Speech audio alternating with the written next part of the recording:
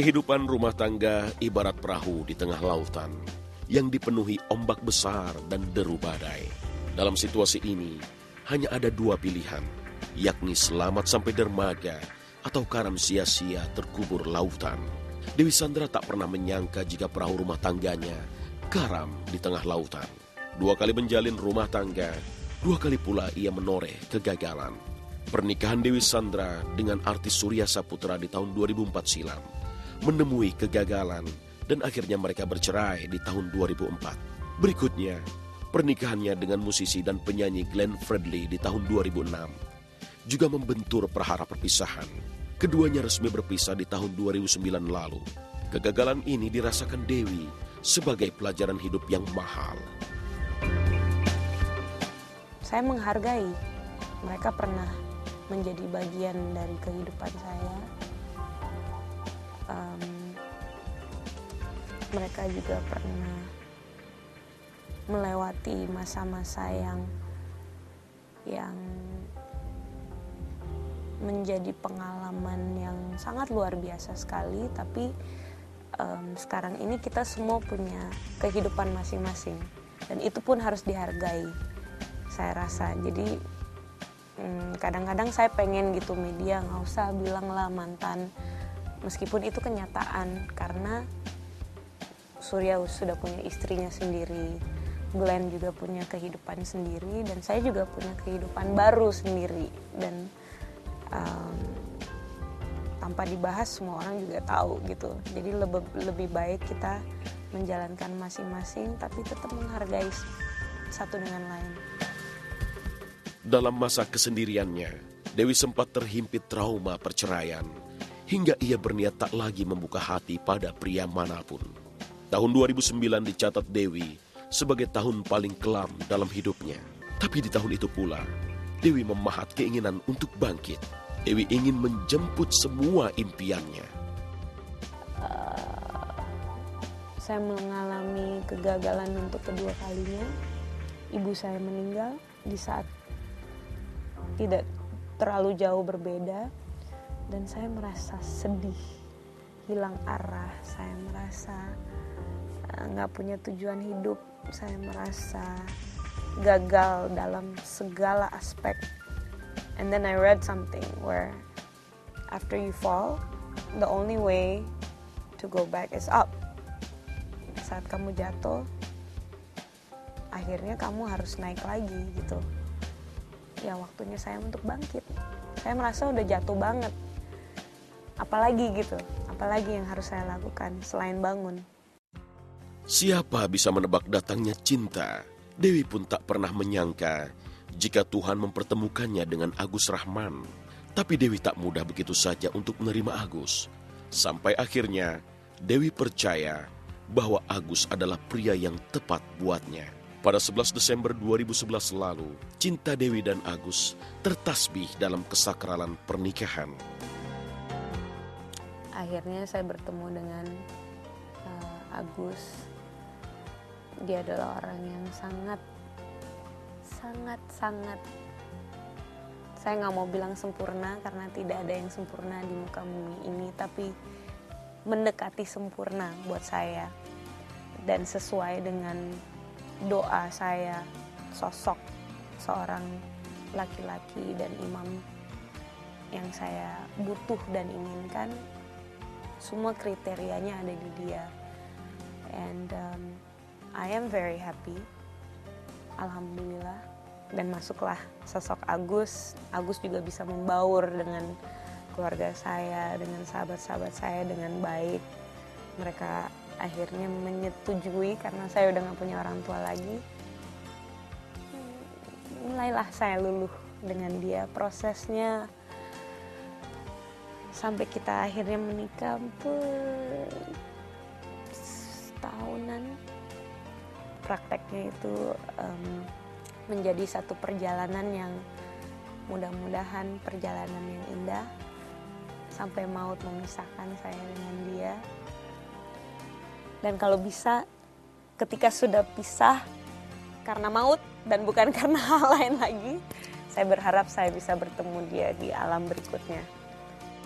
yang membuat rumah tangga Dewi dan Agus dipenuhi kehangatan cinta sekaligus menghapus rasa curiga. Surya menikah dengan Cynthia, saya bahagia banget karena saya pernah di atas satu panggung bareng di backstage dan ngobrol sama dia. Dia wanita yang sangat baik, menyenangkan dan fun. Kadang-kadang kita juga suka bercanda, aduh ini kalau ada infotainment kelar nih, pasti mereka juga pusing lihat kita gitu, kok bisa akrab banget kayak gini. Saya punya hubungan yang baik dengan mantan-mantan saya, entah itu Surya maupun Glenn. Saya tidak punya rasa dendam, marah atau benci sama sekali. Tapi dia menerima saya dengan apa adanya. Dan saya juga bilang ini satu hal yang penting, bahwa selain kamu, keluarga kamu pun juga harus menerima saya. Kalau tidak, akan menjadi sulit ke depannya. Akhirnya saya dikenalin ke orang tuanya, ke kakak dan adik-adiknya.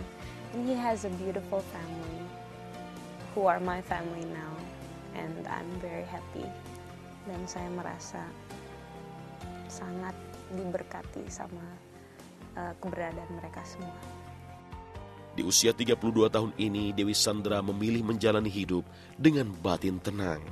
Ia memilih tetap bernyanyi, melantunkan bait-bait lagu, juga bercengkrama dengan deretan nada-nada.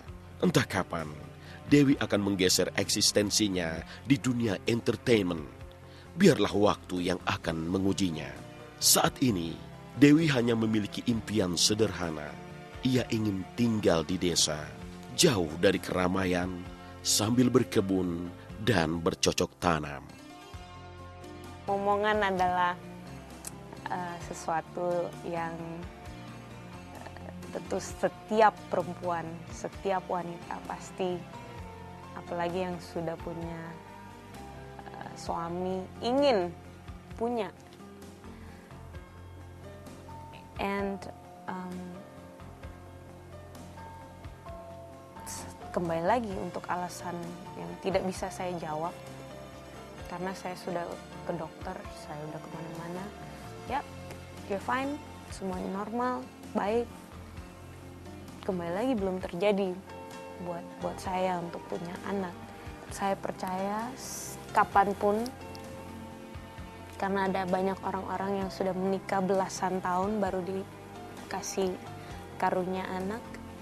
Ada orang yang akhirnya memilih untuk punya bayi tabung atau adopsi atau apapun lah itu. Kapanpun itu terjadi, saya percaya bahwa itu akan menjadi waktu yang paling tepat. Kapan itu terjadi, I have no idea. Sekarang ini saya cuma berjalan dengan apa adanya, seperti air, menerima apa yang dikasih. Kalau memang belum dikasih, ya udah. Saya bilang sama Agus, nanti kalau umur kita sekian, kita tinggal di desa yuk. Saya mau jadi petani. Sekarang saya lagi belajar untuk menanam buah-buahan dan sayur-sayuran di rumah. Karena who knows, suatu saat mungkin saya akan benar-benar tinggal di desa. Saya ingin menjadi manusia yang baik. Dan saya udah gak peduli gitu, baik di mata manusia itu kurang relatif dan kurang susah untuk saya membahagiakan semua manusia, karena setiap orang pasti beda-beda. Apa yang baik di mata A belum tentu di mata B, belum tentu di mata C. Tapi saya ingin menjadi manusia baik kepada pencipta saya, karena sempat Rani is right there. Wih, lu mau apa? Lu mau masuk surga.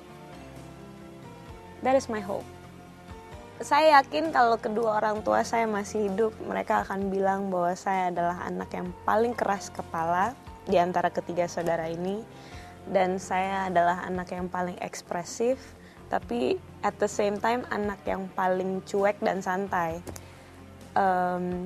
Nah, ibu saya, mungkin saya adalah yang cukup sering marahin sama ibu saya karena waktu kecil saya suka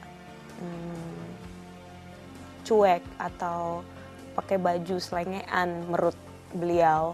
Kalau obsesinya sih dia memang tidak pernah yang gue harus go internasional, gue harus ini gitu. Tapi yang jelas ketika dia menerima saat ini yang dia terima, yang dia jalankan itu, dia berusaha untuk seprofesional mungkin. Jadi buruan bikin album sama buruan punya anak. Akhirnya saat kita pindah ke Indonesia, ayah saya mualaf, mereka naik haji, kakak saya, ibu saya, dan ayah saya bertiga, dan mungkin waktu itu saya masih terlalu muda dianggap sama ibu saya, jadi saya dan adik saya tidak diajak, tapi buat saya melihat sosok ibu saya dalam segi agama memang sangat kuat. Buang saja kasih.